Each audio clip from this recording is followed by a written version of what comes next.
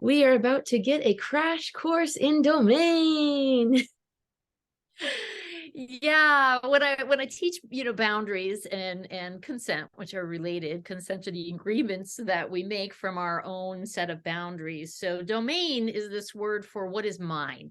What is mine to say about? What do I have choice over? What do I have rights and responsibilities for?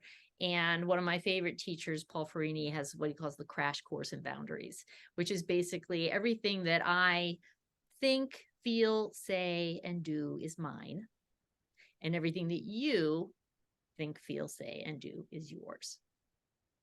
And so it's very simple, but it's not easy, right? When it gets into consent and all of these. So sometimes when we're working with scenarios, it's helpful to kind of, okay, what's mine? What's not mine?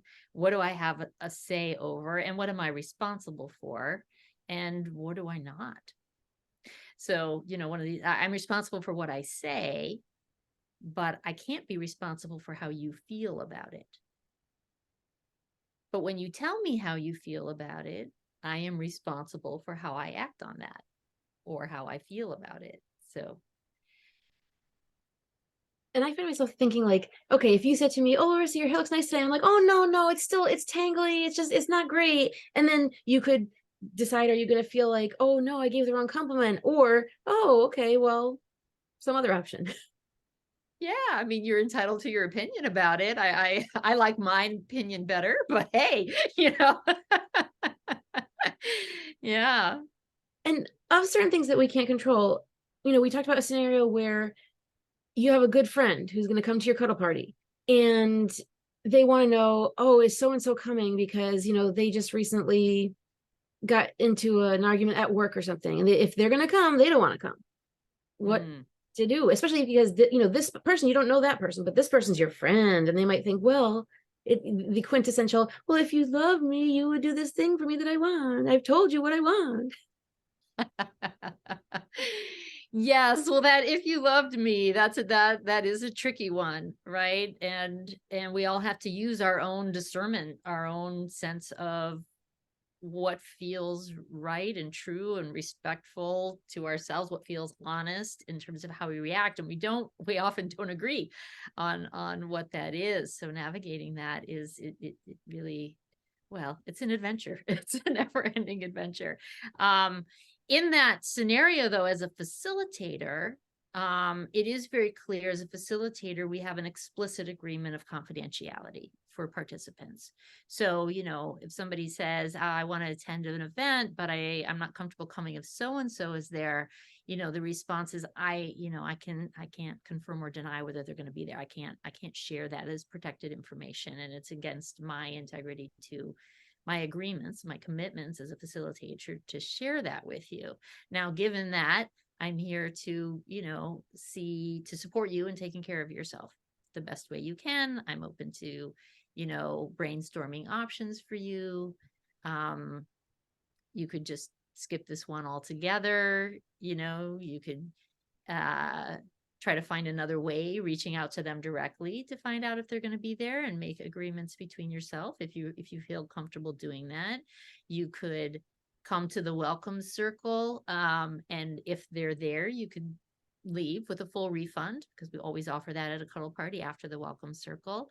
Do you want to bring a friend with you? Would that make you feel safer? Because really we are about just empowering people and encouraging them to identify their own limits and boundaries and communicate them the best that they can, and to make choices from their domain, right? And this is where, what is mine to decide and what is mine to not decide, and so my commitment as a facilitator is in my domain. And some people get really sad. Well, if you really loved me, you would tell me that. You would understand this is an exception. I do understand. And I empathize. And it doesn't change my commitment to confidentiality. So that's what's in my domain. One thing I'm curious about that I just thought of, what would happen if they said, okay, I can tolerate being in the same room as this person, but I don't want to have to speak to them. So if they're coming, would you mind telling them to please not try to talk to me at the cuddle party? Like, what happens with the facilitator's role in that request? Absolutely. So again, so my domain, right, is to sit and think, okay, I've gotten this request. Let me think through and feel into what my boundaries are, what I'm comfortable with, what I'm not. And so here's what like. I would, if somebody asked me that at the event, like after the welcome circle or before the welcome circle, we're at the event together. They see the person, they say, would you be willing to ask that person not to talk to me?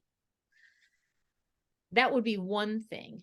If they asked me to do it before the event, I would say no, because by doing that, I'm sort of putting myself in the middle in a place where I'm not comfortable being, and I'm also implying that that person is going to be there. I'm also giving information. So, and in general, I like to empower people to really kind of, address their challenges with other people directly. I am willing to facilitate, but it is kind of a moment by moment, which is consent is, right? I can't agree to do something up front when I don't know how I'm going to feel in the moment, exactly what the situation is going to be. And so that is kind of one of my boundaries, to try to not put myself on the hook for things when I don't know, there are too many unknown variables. And it just reminds me of another interview we did. We're talking about what the facilitator is and is not there for. So it's just a never-ending learning process of all the possibilities. And as always, I thank you for sharing your wisdom and helping us learn more about things that happen at cuddle party, but also that we take back into our life and go so far beyond into our skill building and life progress. So thank you so much. You're so welcome, Larysa. Thank you.